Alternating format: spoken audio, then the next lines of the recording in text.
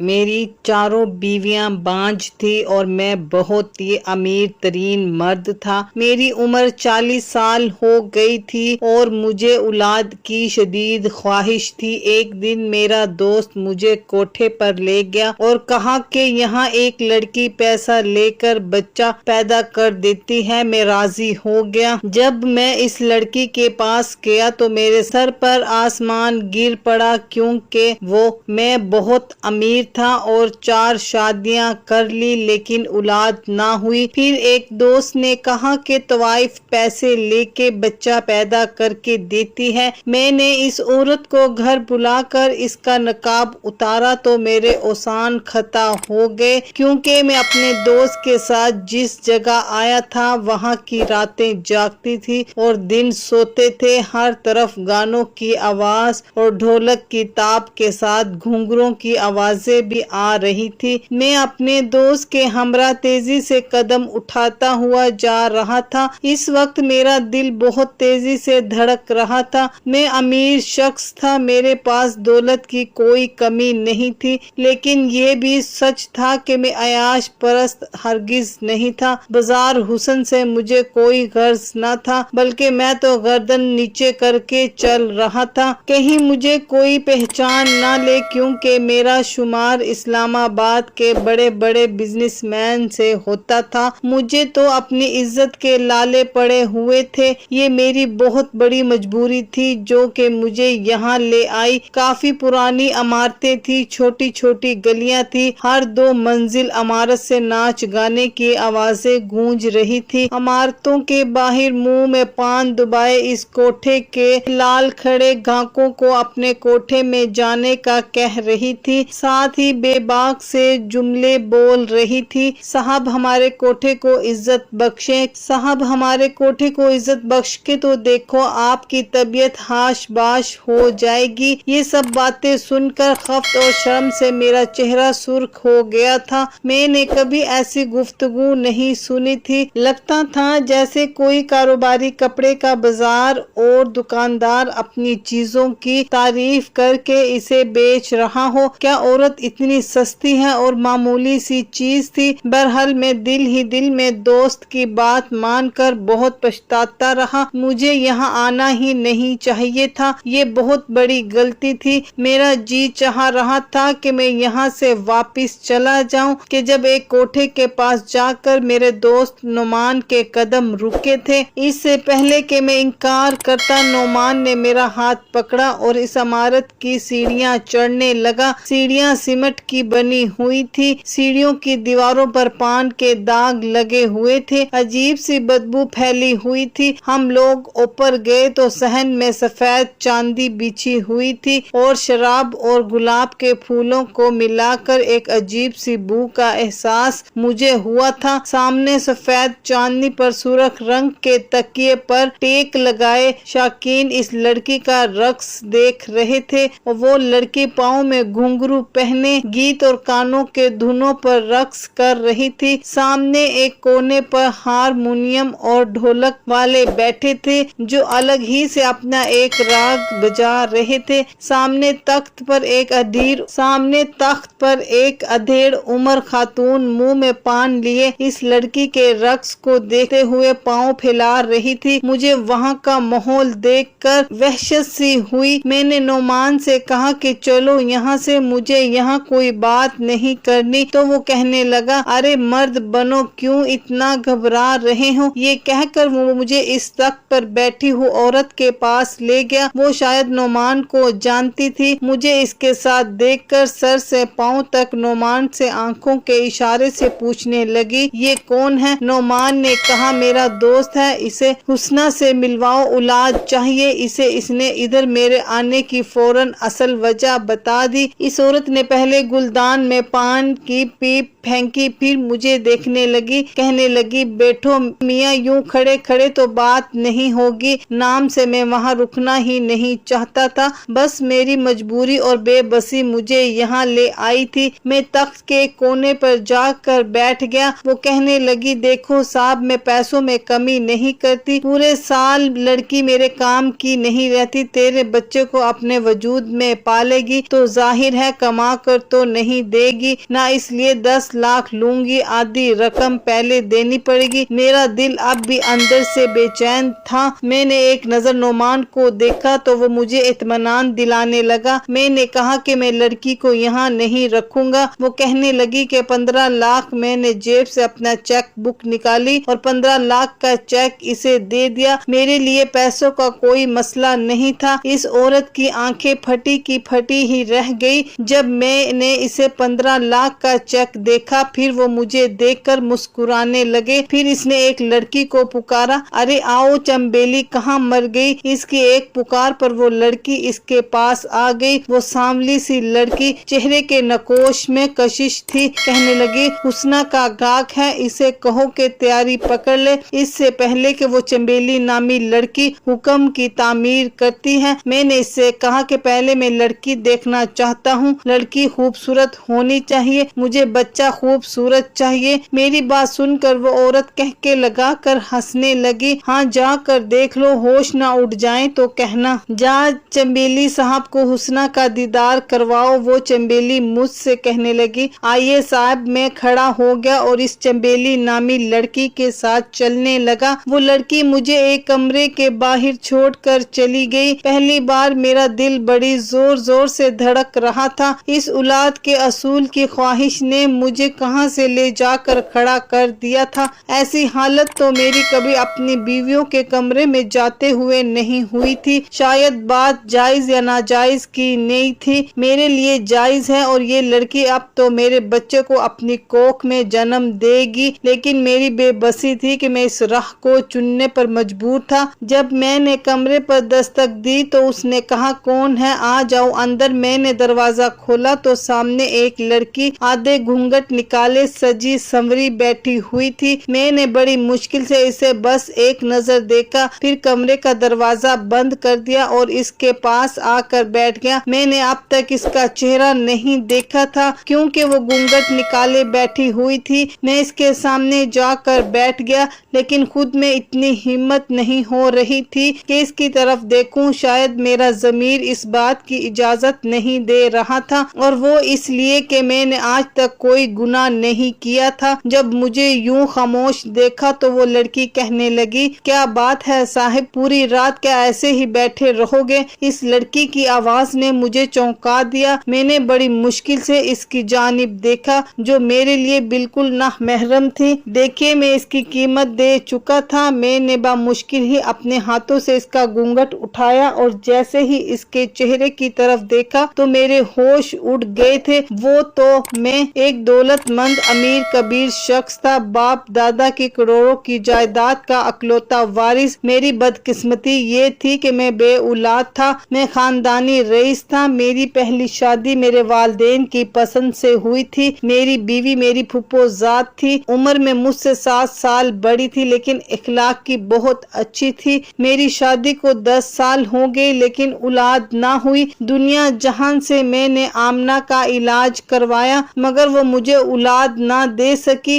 मैंने अपने भी सारे टेस्ट करवाए, कहीं मुझ में कोई कमी ना हो, लेकिन मेरी बीवी बांझ थी। 10 साल का अरसा गुजारने के बाद मैंने आमना से कहा कि मुझे दूसरी शादी करनी है क्योंकि मुझे औलाद चाहिए। मेरी बात सुनकर चंद दिन तो बहुत रोई, फिर इसने मुझे दूसरी शादी की इजाजत दे दी। लेकिन फिर तो जैसे वक्त ही गुजारने लगा, जैसे 5-5 साल मैंने अपनी 4 बीवियों के साथ गुजारा, लेकिन मुझे औलाद ना हुई। 25 साल मैंने शादीशुदा जिंदगी के गुजारे थे। मेरी उम्र अब 40 साल की हो गई थी। मैं अपनी बीवियों का इलाज करवा करवा के थक चुका था। न जाने मसला क्या था, हर बार मेरी रिपोर्ट ठीक आती, बस बीवियां ये सलाहियत नहीं रखती थी। कभी कभी मेरी अकल इस बात को तस्लीम ही नहीं कर पाती थी। मसला एक बीवी में होता तो समझ में आती, चारों बीवियों में एक ही मसला था। बहरहाल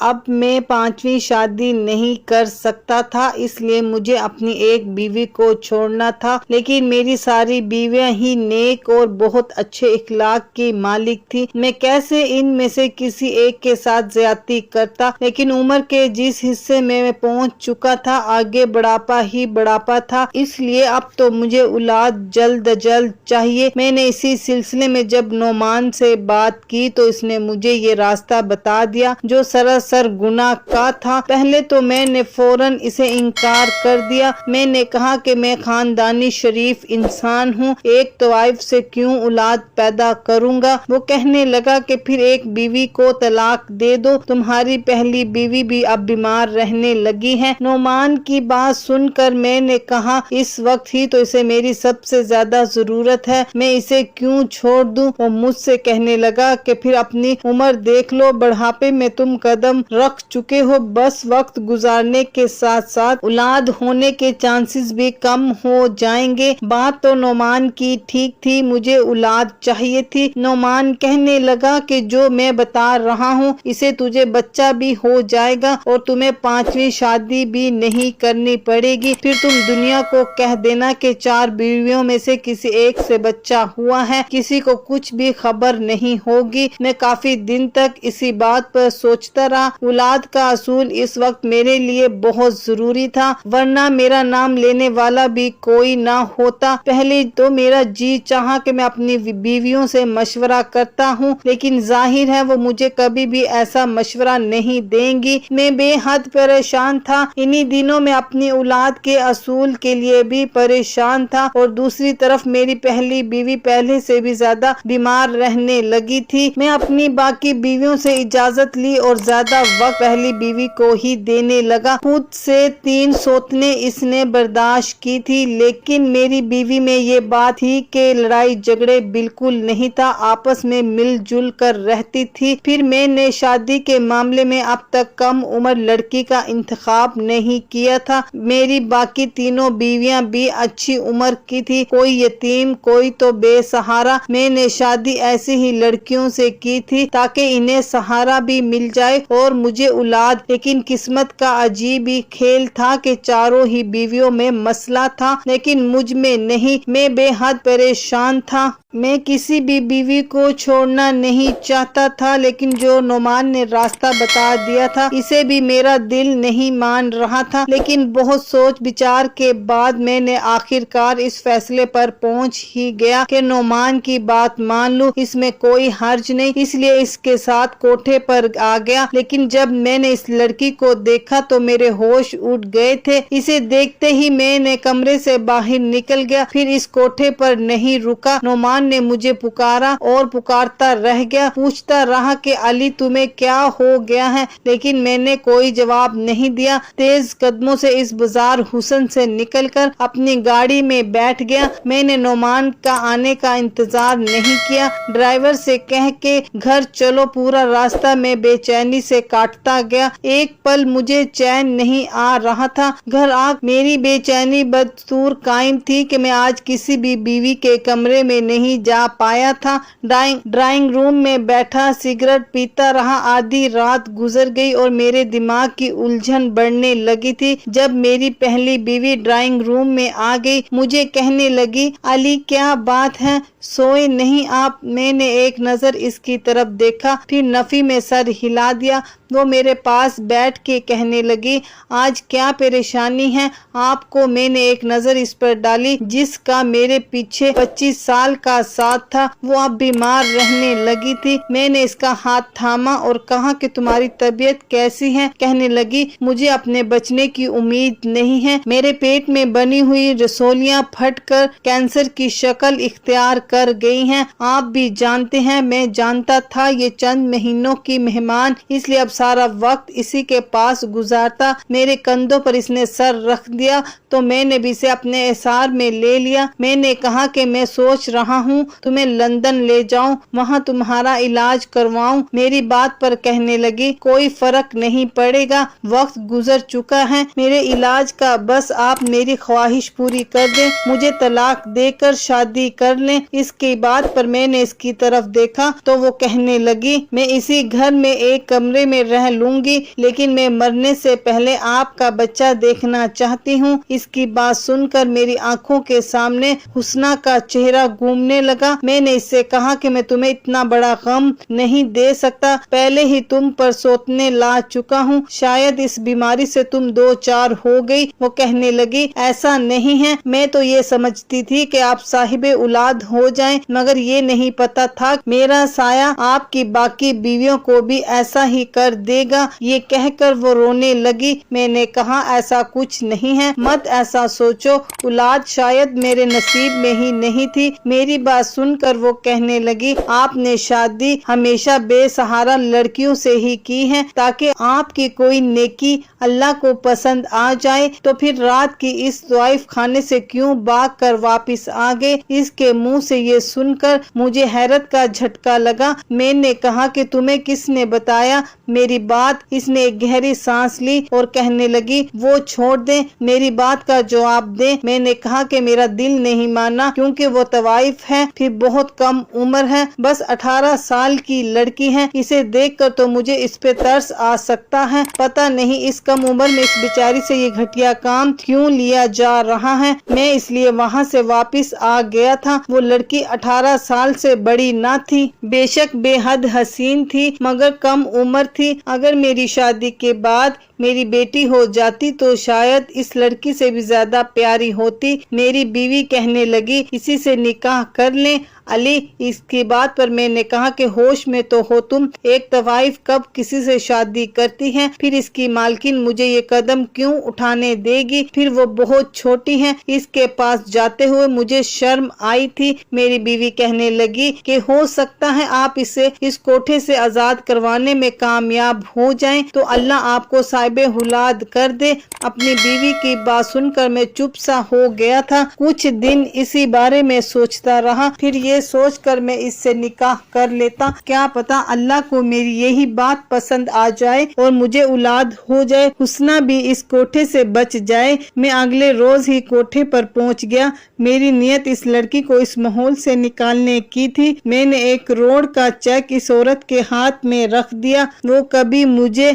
देख रही थी तो कभी इस चेक को, फिर कहने लगी, इतनी बड़ी रकम क्यों। मैंने कहा कि मुझे हुस्ना से निकाह करना है और इसके बाद इसका इस कोठे पर कोई ताल्लुक नहीं। वो लालची औरत थी, इसलिए फौरन मान गई। मैंने पहली बीवी को इसकी ख्वाहिश के मुताबिक तलाक दे दी और वो मेरे ही घर में एक कोने में एक कमरे में रहती थी। मैं इसके सामने तो नहीं जाता था, लेकिन इसकी हर चीज का ख्याल रखने की कोशिश पूरी करता था। मैंने चंद लोगों की मौजूदगी में हुस्ना से निकाह कर लिया और इसे अपने साथ अपने घर ले आया। वो फटी फटी आंखों से मेरा महलनुमा घर देख रही थी। अली साहब, ये सब तुम्हारा है, तुम तो बहुत अमीर हो, मेरे साथ साथ तो बहुत कुछ खरीद कर रखा है। मैं उम्र में इससे बहुत ज्यादा बड़ा था। इसका लहजा सुनकर मुझे बुरा सा लगा था, क्योंकि मैं इसका घाक नहीं बल्कि शोहर था। मैंने अपनी तीनों बीवियों से हुस्ना का तारुफ करवाया,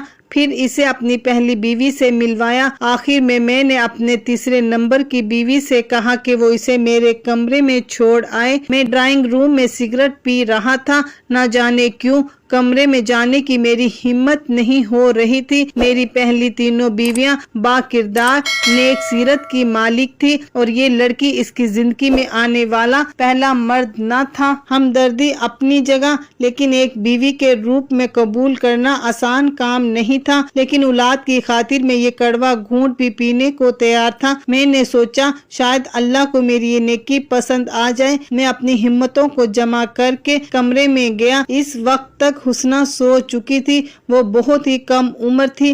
बेशक मैंने 4 शादियां की थी, लेकिन इतनी छोटी और कम उम्र लड़कियां इनमें से कोई भी नहीं थी। मैंने फिर इसे भी सोने दिया और खुद भी सो गया। सुबह जब मेरी आंख खुली तो हुस्ना मुझे बड़ी हैरत से देख रही थी। मैंने रात से कुछ नहीं कहा था, शायद इसलिए मुझे यूं हैरत से देख रही थी। मैंने उठकर इसे कहा कि वो नाश्ता कर ले, रात भी इसने कुछ ठीक से नहीं खाया। ये कह के मैं कमरे से बाहर निकला। कुछ देर बाद हुस्ना भी बाहर आ गई। मेरी बाकी बीवियों के साथ नाश्ता किया। मेरी आदत थी कि मैं बारी बारी सब बीवियों को अपने हाथ से एक एक निवाला जरूर खिलाता था। चारों बीवियों के साथ मैंने आज तक इंसाफ वाला मामला ही रखा था। चंद दिनों में मैंने हुस्ना से किसी किस्म का कोई रिश्ता कायम नहीं किया। हाँ, इसे अच्छे से बातचीत जरूर की थी। चंद दिन ही गुजरे थे कि मुझसे कहने लगी, साहब मुझे ये बताएं कि आपने इतने पैसे देकर मुझे खरीदा क्या? मैं इसके मुंह से ये सुनकर हैरान हो गया था। मैंने कहा कि ये बात क्यों की तुमने? मैंने तुम्हें खरीदा नहीं है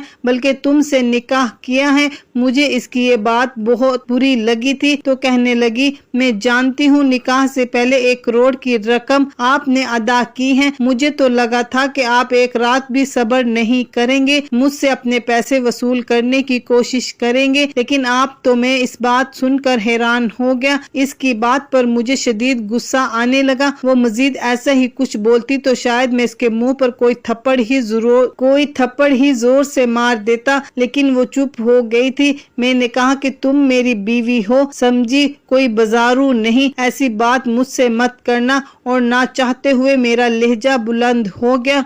मुझे गुस्से में देखकर वो कहने लगी, हम सब ऐसे ही बातें करते हैं साहब। मैंने तो होश संभालते ही मर्द के ऐसे ही रुख देखे, नोच खाने वाले जुनूनी बर्बरियत का निशाना बनाने वाले भूखे कुत्ते जैसे। मुझे हैरत होती है कि आप कैसे मर्द हो जिसने मेरी सबसे बड़ी कीमत अदा की हो, लेकिन पहली रात मुझे सुकून से सोने दिया। मुझे हैरत हुई, वरना मैं तो तेज बुखार में भी कोई मुझे बख्शता नहीं था। यही कहते थे कि तेरी कीमत इसलिए नहीं भरी कि तेरा बुखार का लिहाज करें। ये कहते हुए टप टप आंसू इसकी आंखों में गिर गए थे। फिर इसने अपनी बाजू दिखाई। बाजू बुरी तरह सिगरेट के निशानों से जला हुआ था। ऐसे बेबसी देखकर मैंने जोर से आंखें बंद कर ली। कहने लगी, ये देखे तो आप मेरे साथ ये सब करते हैं। मैंने तो आज तक मर्द को ऐसे देखा, लेकिन तुम ना जाने कैसे हो, सब से अलग ही हो। मुझे खरीद कर भी तुमने मुझे इस्तेमाल नहीं किया। मैंने कहा कि तुम मेरी बीवी हो और अल्लाह ने बीवी के साथ नरमी का मामला करने का हुक्म दिया, और तुम तो हो भी कम उम्र, नाजुक सी। मैं समझ नहीं पा रहा था कि तुम्हारे पास आऊं। बहरहाल एक रात में हुस्ना की संगत ने मुझे तड़पा के रख दिया। इसके वजूद पर लगे घाव देखकर मेरा दिल छुरी से कटने लगा था। 18 साल की लड़की के साथ जो जुल्म किए गए थे बिल्कुल गैर इंसानी थे। बहरहाल वक्त के साथ साथ हुस्ना के जख्म भी भरने लगे और मुंह से कहती है, आपने मुझे बदकिरदार को निकाह के रिश्ते से मुताबिर बना दिया है। वो मेरे इखलाक और मोहब्बत से बहुत मुतासिर थी। आहिस्ता आहिस्ता इसकी जुबान भी ठीक हो गई। वो मुंह से अदब से बात करने लगी। मेरी शादी के चंद महीने बाद ही मुझे वो खुशखबरी मिल गई जिसकी मैंने बहुत दुआएं की थी। हुस्ना उम्मीद से थी और मुझे तो अपने कानों पे यकीन नहीं आ रहा था। मैं अपने रब के हजूर सजदे में रो रो कर शुक्र अदा करने लगा। 9 महीने तक मैंने हुस्ना का बहुत ख्याल रखा, बल्कि इसे बिस्तर से पांव तक नीचे नहीं उतारने दिया। लेकिन जब डिलीवरी का वक्त करीब आया तो मैं लेबर रूम के बाहर बहुत ही बेचैनी से चक्कर काट रहा था। जब लेडी डॉक्टर आई और बेहद परेशान थी, मुझसे कहने लगी कि आपकी बीवी की हालत ठीक नहीं है, या तो हम माँ को बचा सकते हैं या फिर बच्चे को। ये सुनकर तुम मेरे होश ही उड़ गए थे। मुझे इतने अरसे बाद औलाद की खुशी मिल रही थी, लेकिन मेरे सामने एक आजमाइश खड़ी थी। इस वक्त मेरी हालत क्या थी और क्या हो सकती थी, ये वही शख्स जान सकता है जिस पर ये सब बीता हुआ था। मैंने अपनी आंखें बंद कर ली। मैंने कहा कि आप माँ को बचा लें, बच्चे का अल्लाह मालिक है। वो लेडी डॉक्टर अंदर चली गई। मेरी आंखों से आंसू बहने लगे थे। बेशक मेरी पहले से 3 बीवियां और भी थी, लेकिन मैं अपनी ख्वाहिश की खातिर किसी की जान लेने का सोच भी नहीं सकता था। मेरे आंसू मेरे बस में नहीं थे, इसलिए बहने लगे। कुछ ही देर बाद लेडी डॉक्टर बाहर आई। मैंने इससे पूछा, मेरी बीवी कैसी है? तो वो कहने लगी कि माँ और बेटा दोनों ही खतरे से बाहर हैं। ये सुनकर तो मैं हैरत का झटका लगा था। मैं बहुत खुश हुआ था जब नर्स ने मेरे कांपते हाथों में मेरे बेटे को डाला तो इसे सीने से लगाकर मैं फूट फूट कर रोने लगा। मेरे रब ने मुझे मेरे सब्र का बेहतरीन इनाम दिया था। बेशक वो अपने बंदों पर ज्यादा बोझ नहीं डालता जो वो उठा ना सके। अल्लाह हाफिज। खत्म शुद।